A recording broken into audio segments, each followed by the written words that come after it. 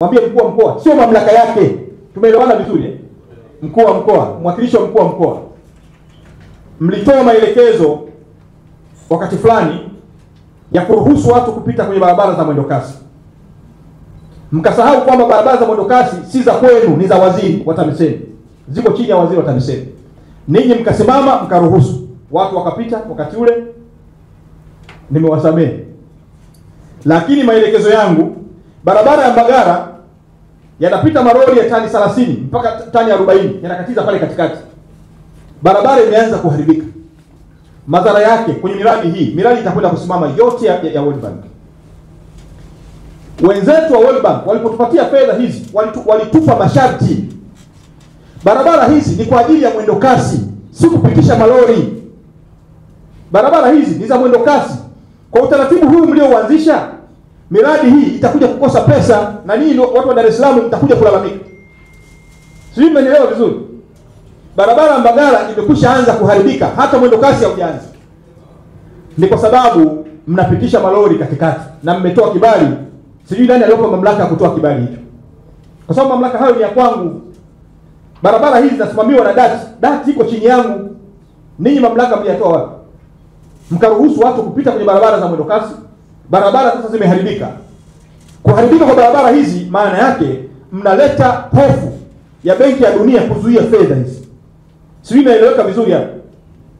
Mtasababisha Dar es Salaam wakose barabara.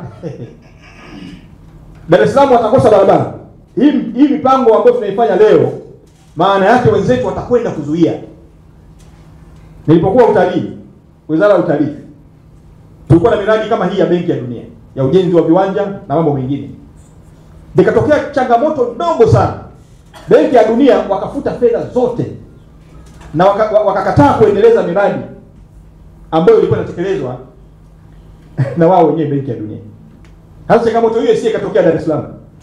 Ninawasihi sana, tunataka tuwahi majumbani, tutenge muda mzuri wa kutoka ofisini kwenda kurudi wapi? Majumbani. Maelekezo yangu, mwambie mkuu wa mkoa, hatuwezi kuruhusu malori kupita katikati ya barabara za mwendo kasi. Haiwezekani. Kwa magari ya abiria itaeleweka. Tunaweza, ni bora hata kupitisha magari ya abiria kuliko malori ya tani 30. Nadhani nimeeleweka vizuri. Wekeni utaratibu mzuri, na kabla mjaruhusu, leteni wizarani. Sisi ndio wenye mamlaka hayo, si ya kwenu. Mwambie mkuu wa mkoa, sio mamlaka yake. Tumeelewana vizuri eh? Niliwastai tu. Niliwastai. Msifanye mambo ambayo si ya kwenu mpaka muombe kibali. Kwa hiyo mwambie mkuu wa mkoa. Hili nalisema wazi kwa sababu changamoto hii inaweza kutuingiza mgogoro mkubwa na wenzetu wa Benki ya Dunia. Nadhani madiwani mnanisikia vizuri.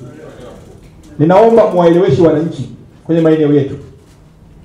Anayetaka kuwahi majumbani atoke muda unaostahili ili aweze kuwahi nyumbani.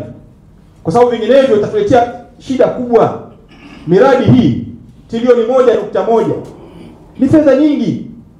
Ni fedha nyingi sana. Zikizuiwa hizi fedha, Dar es Salaam watakosa barabara kabisa. Nadhani nimeeleweka vizuri.